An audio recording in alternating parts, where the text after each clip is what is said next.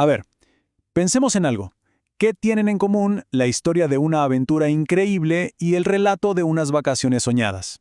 Bueno, que para contarlas en inglés solo se necesita una herramienta. Y hoy, justo hoy, vamos a dominarla. Hablamos del pasado simple, que es básicamente la llave para ser un gran contador de historias. Exacto. Cualquier anécdota que se nos ocurra, no sé, un viaje, una tarde en el parque, lo que sea. Todas, pero todas, se construyen con esa única herramienta. Es como el cimiento, la base, sobre la que se levanta cualquier relato que querramos compartir sobre algo que ya pasó. Ok, vamos a la primera parte. Toda buena historia necesita primero que nada un escenario, ¿cierto?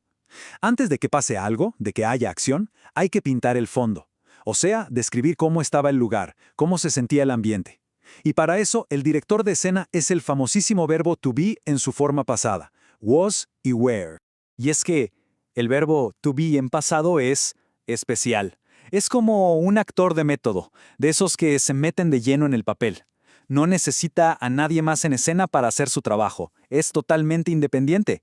Él solito se encarga de describir el estado, la ubicación, básicamente el fondo de nuestra historia. Y lo mejor de todo es que la regla es súper simple. Miren, para sujetos singulares, o sea, I, he, she, it, se usa was o, en negativo, wasn't. Y para los plurales, y para you, se usa were o weren't. Ya está. Con esas dos palabritas ya se puede describir el estado de cualquier situación. Así de fácil. Por ejemplo, para describir cómo se sentía algo, the roller coaster was amazing. La montaña rusa estuvo increíble. ¿Ven? No hay una acción aquí, es solo un estado, una pura descripción. Así, justo así, es como empezamos a pintar el fondo de la historia. Y lo mismo pasa en negativo, claro.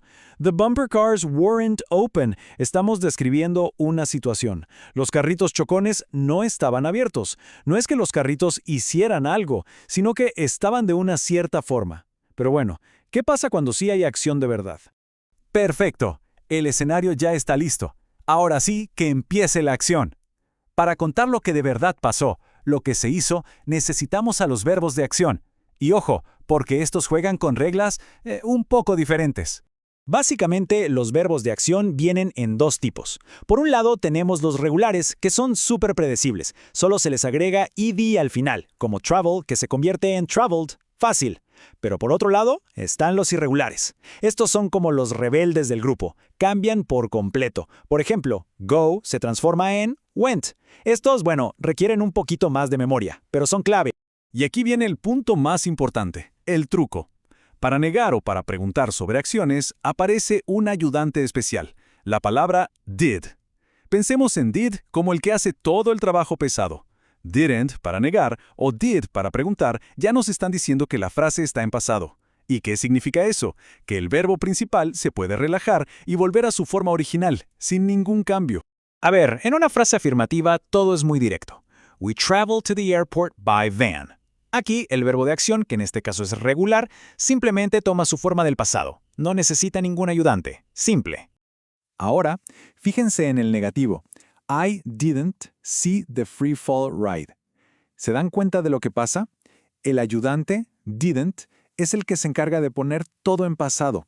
Y por eso, el verbo principal, see, se queda tranquilo en su forma base.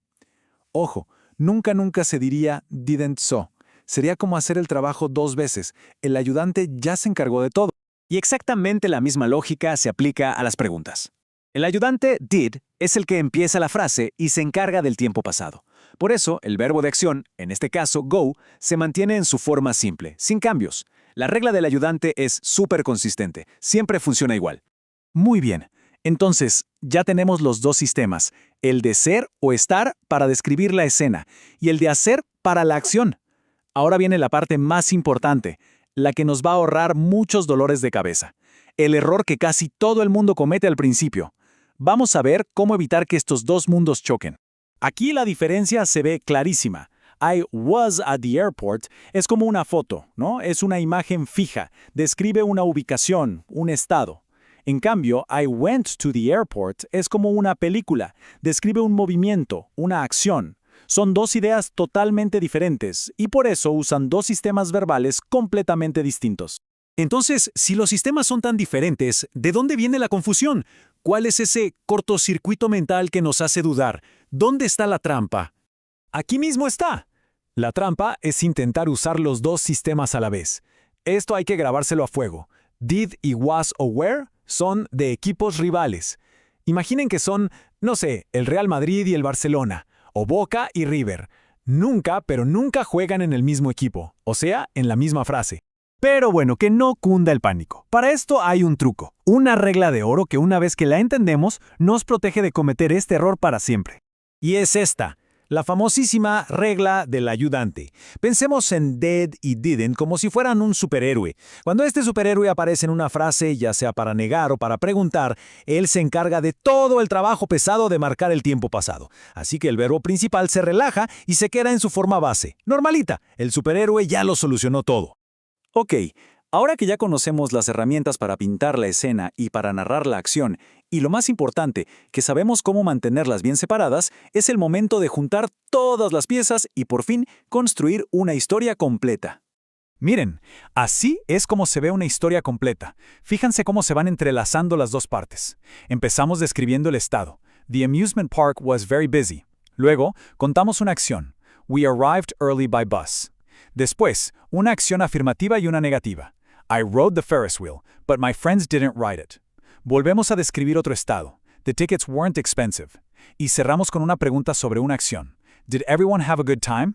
Es como una danza perfecta entre la escena y la acción.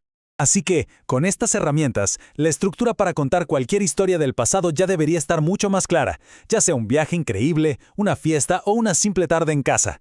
Ahora solo queda una pregunta en el aire. ¿Qué aventura será la primera en ser contada?